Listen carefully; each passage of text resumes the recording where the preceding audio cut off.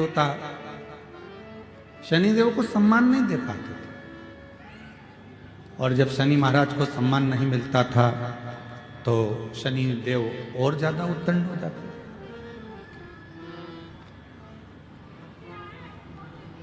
अब केवल शनि महाराज की कथा मत सुनो, अपने घर के बच्चों को भी देखो। पूरे घर में कोई कोई बच्चे ऐसे भी होते हैं जो बहुत उद्दंडी होते हैं। माँ समझा रही है, नहीं मान रहे, पिता समझा रहे हैं, नहीं मान रहे, पर लेकर रिश्तेदार आ जाते हैं। अब उस बच्चे पे एक समय ऐसा आता है, ना माँ ध्यान देती है, ना पिता ध्यान देते हैं, ना कोई रिश्तेदार ध्यान देता है। सबको मालूम है कि ये उद्दंडी है, उस पर लोग ध्यान देना बंद कर देते हैं। पर शिव महापुराण की कथा कहती है जो बच्चे ज्यादा उद्दंडी होते चले जाते हैं, नहीं सुन रहे, नहीं मान रहे, तो निवेदन है उनको हाथ से छोड़ो मत, उन पर ध्यान देना छोड़ो मत, बल्कि उन पर ज्यादा ध्यान दो। और होता है, हमने कई स्कूलों में देखा है, जो अच्छे पढ़ने वाले बच्चे होते हैं, अच्छे पढ़ने वाले बच्चे होते हैं, बहुत विद्वान बच्चे होते हैं, तो उनको सबसे आगे वाली रो में रखते हैं। बोलो बोलो, सही है कि गलत है? आप देखिए बड़े बड़े स्कूलों में, प्राइवेट स्कूलों में, अन्य स्कूलों में, जो बच्चे पढ़ने में सबसे ज्यादा होशियार हैं उनको सबसे आगे की लाइन में रखा जाता है। फिर उससे जो पढ़ने में थोड़े कमजोर हैं उनको पीछे की लाइन में रखते हैं। फिर उससे भी ज्यादा जो पढ़ने में कमजोर है उसको तीसरी लाइन में रखते हैं। फिर उससे भी ज्यादा जो कमजोर हैं उसको लास्ट आखिरी की लाइन में रखते हैं। बोलो जम के, सही है कि गलत है? पर होना क्या चाहिए? जो पढ़ने में होशियार है, पहले से उसमें बुद्धि अच्छी है, तो उसको तुम्हारे ध्यान केंद्रित करने की जरूरत ही नहीं है, इसको करो पीछे। और जो पढ़ने में होशियार नहीं है, जो जानता नहीं है, जो पढ़ना जानता नहीं है, उसको रखो आगे। तो टीचर हो तुम, बार बार टोकोगे, समझाओगे, देखोगे, ध्यान दोगे, तो जो नहीं पढ़ने वाला भी है वो भी एक दिन पढ़कर अव्वल निकल सकता है, आगे बढ़ सकता है। पर टीचरों ने करा क्या? एक उल्टी रीति अपनाई। जो पढ़ने में होशियार है ए नंबर में, जो पढ़ने में कम होशियार है वो बी नंबर में, जो पढ़ने में और कम होशियार है वो सी नंबर में, और जो पढ़ने में एकदम गड़बड़ है वो डी नंबर में। सबसे आखिरी में उसको बिठाया जो पढ़ने में होशियार है ही नहीं। पर जरूरत क्या थी?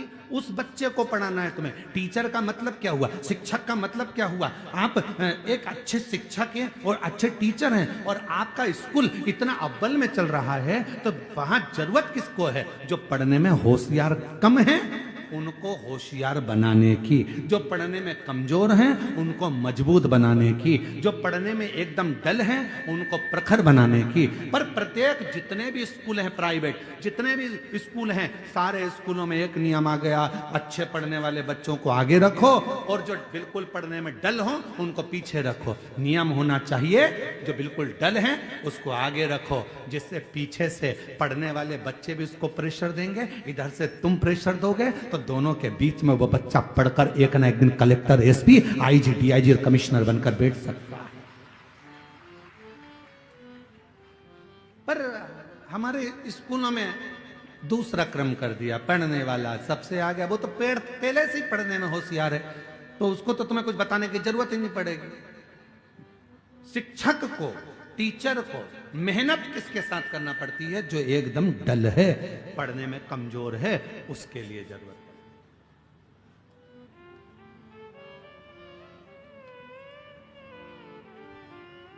पर उल्टी रीति है, सारे अच्छे पढ़ने वाले आगे बैठ जाओ, खुश। अब जो बिल्कुल डल है, पढ़ने में कमजोर है, वो पीछे क्या करेगा?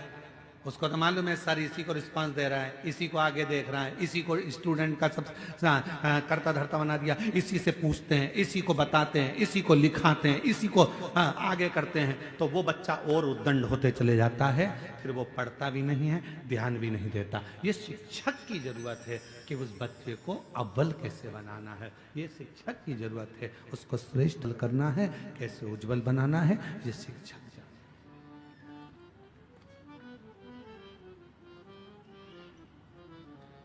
ये उसके ऊपर।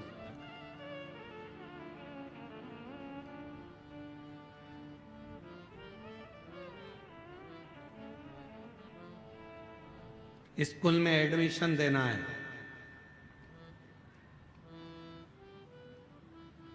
क्या आता है तुम्हारे बच्चे को? क्या आता है तुम्हारे बच्चे को? माँ बोलना आता है, पिता बोलना आता है, नमन करना आता है, प्रणाम करना आता है, संस्कारों में ढला हुआ है। इसको और कुछ सिखाया है? स्कूल में लेकर आए हैं, आप इसको जो सिखाएंगे मेरा बच्चा वो सीखेगा और एक न एक दिन उच्च अधिकारी बनकर विराजमान जरूर होगा, ये निश्चित है। आप मेहनत तो करो। आप और हम मेहनत नहीं कर पा रहे। आज का जमाना इतना विचित्र है कि हर व्यक्ति को सब कुछ रेडी चाहिए, एकदम बनाओ, सब रेडी। शादी में भी लोग कब जाते हैं? एक दूसरे को फोन लगाकर पूछ लेते हैं, एक दूसरे को फोन लगाकर पूछते हैं क्यों? रिसेप्शन चालू हो गया क्या? पार्टी चालू हो गई क्या?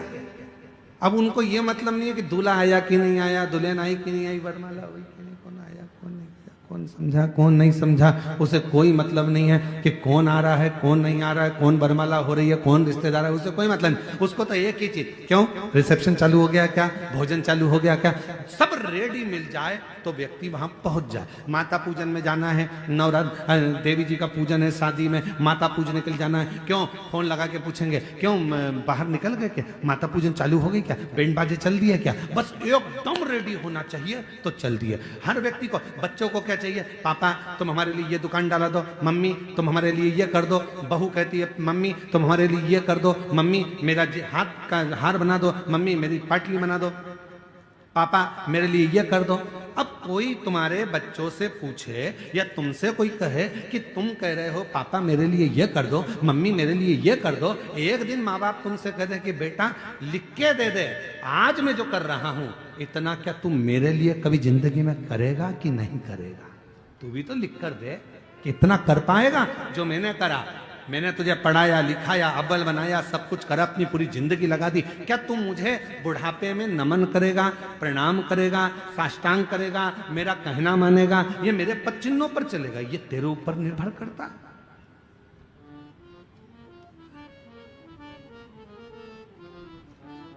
और हम वंचित हैं, वंचित।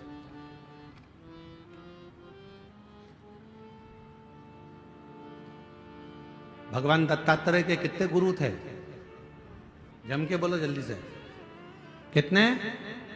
दत्तात्रेय भगवान के 24 गुरु थे। कितने? जम के बोलो जरा सब। 24। उस 24 गुरु में से दत्तात्रेय भगवान ने एक वैश्या को भी गुरु बनाया था, पिंगला।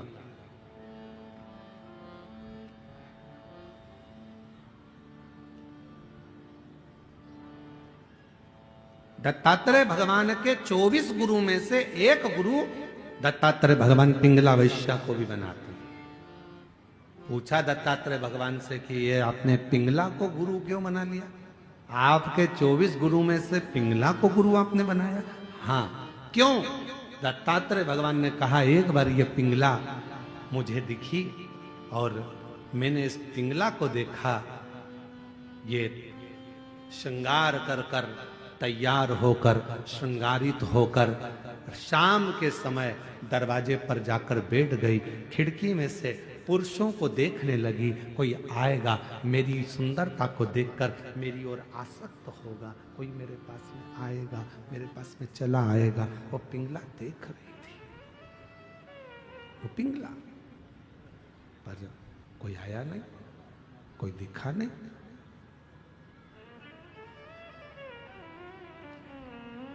एक दिन निकल गया, दूसरा दिन आया, दूसरे दिन भी कोई नहीं पहुंचा, कोई नहीं, तीसरे दिन भी कोई नहीं पहुंचा। आखिरी में पिंगला को गुस्सा आ गया, और पिंगला ने विचार करा कि मैं रोज सज धज कर पुरुष का इंतजार करती हूं, कोई आता नहीं है। अगर इतनी सज धज कर यदि उस परमात्मा का इंतजार करती तो एक दिन मेरा भगवान देवाधिदेव महादेव जरूर आ जाता। इंतजार करती तो वो शिव जरूर आता। उसका यदि इंतजार किया होता तो वो जरूर पहुंच जाता, बहुत पहुंच जाता। बस उस पिंगला ने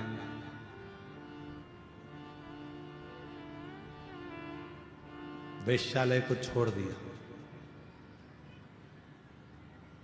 बैठ गई एक नदी के तट पर और देव अधिदेव महादेव की आराधना में डूब गई, साधना में डूब गई। अब वो पुरुष को अपनी ओर नहीं खींच रही है, अब वो पुरुष को अपनी ओर लेकर नहीं आ रही, अब वो परमात्मा को अपनी ओर लेकर आ रही।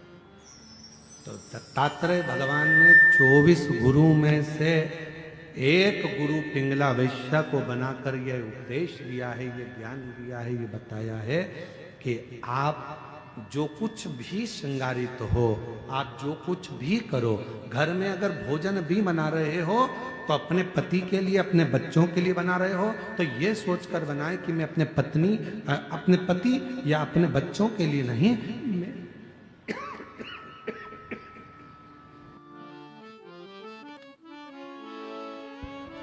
मैं देव महादेव के लिए बना रही हूं, भगवान शिव के लिए भोजन बना रही हूं।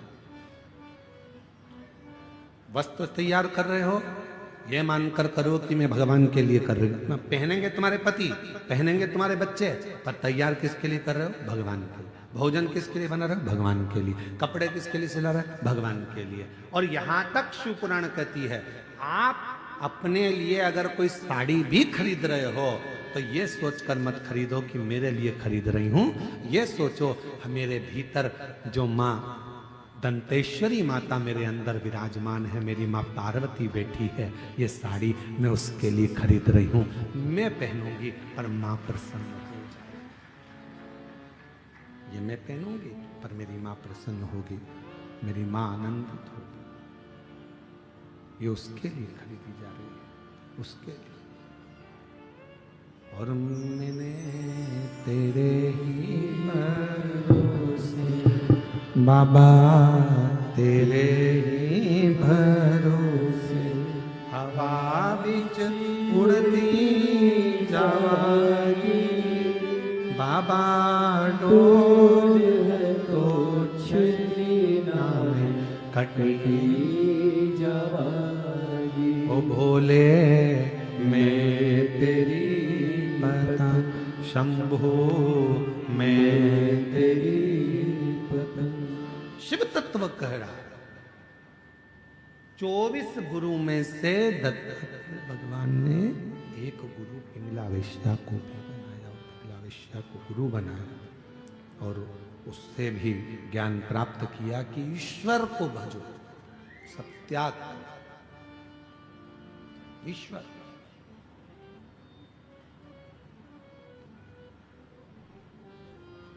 जरा उत्तर दीजिएगा आप लोग सभी।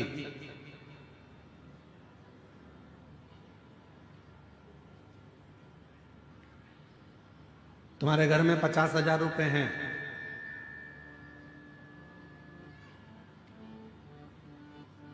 कोई बीमार पड़ गया घर के अंदर, हॉस्पिटल लेकर चले गए, इलाज चालू हो गया, दवाइयां भी आने लगी, गोलियां भी आने लगी, हॉस्पिटल का खर्चा भी निकलने लगा, सब कुछ। अब डॉक्टर ने तुमसे कह दिया कि इसकी अंतिम सांसें चल रही है और इसके पास में अब समय नहीं है, और तुम डॉक्टर से कहो कि गुरु डॉक्टर साहब मेरे से 1 लाख रुपए ले लो, मेरे से 2 लाख रुपए ले लो, मेरे से 5 लाख रुपए ले लो, मेरे से 4 लाख रुपए ले लो, इसको ठीक कर दीजिए, इसको थोड़ा सही कर दीजिए, ऐसी कृपा कर दीजिए कि ये बिल्कुल ठीक हो जाए, ऐसा कुछ कर दो, मेरे से पैसे ले लो और इसको ठीक कर दो। भगवान भोलेनाथ कृपा करो, इसको ठीक कर दो। मेरे से 2 लाख रुपए ले लो, 5 लाख रुपए ले लो, परंतु इसको ठीक कर दो। अब उस जगह पर पैसा काम नहीं आएगा, उस जगह पर तुम्हारा धन काम नहीं आएगा। डॉक्टर कहेगा मेरा काम मैं कर रहा हूं, दवाइयां भी दे रहा हूं, इंजेक्शन भी लगा रहा हूं, बोतल भी चढ़ा रहा हूं, सारी तैयारी कर रहा हूं, पर ये पैसा अब यहां काम नहीं आ रहा। अब तो यहां क्या काम आएगा? तो शास्त्र कहता है धन कमाना सरल है, सत्यम शिवम सुंदर। वो बात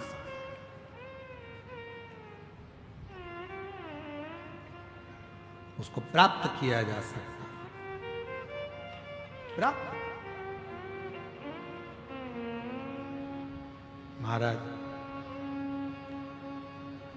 वक्त और व्यक्ति इन दोनों को कभी हल्के में मत लेना।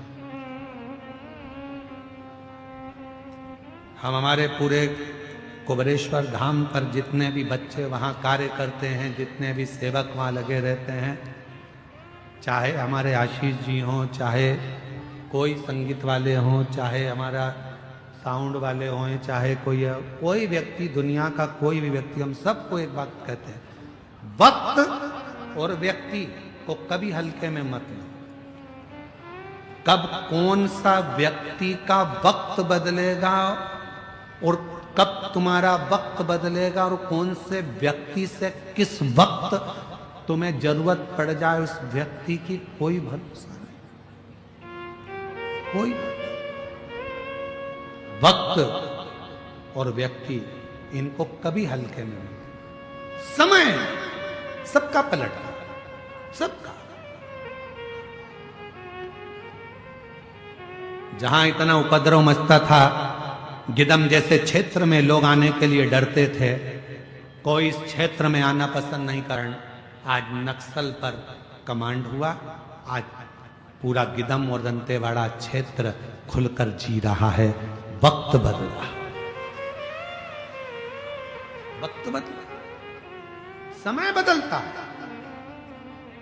सब कुछ बदलेगा।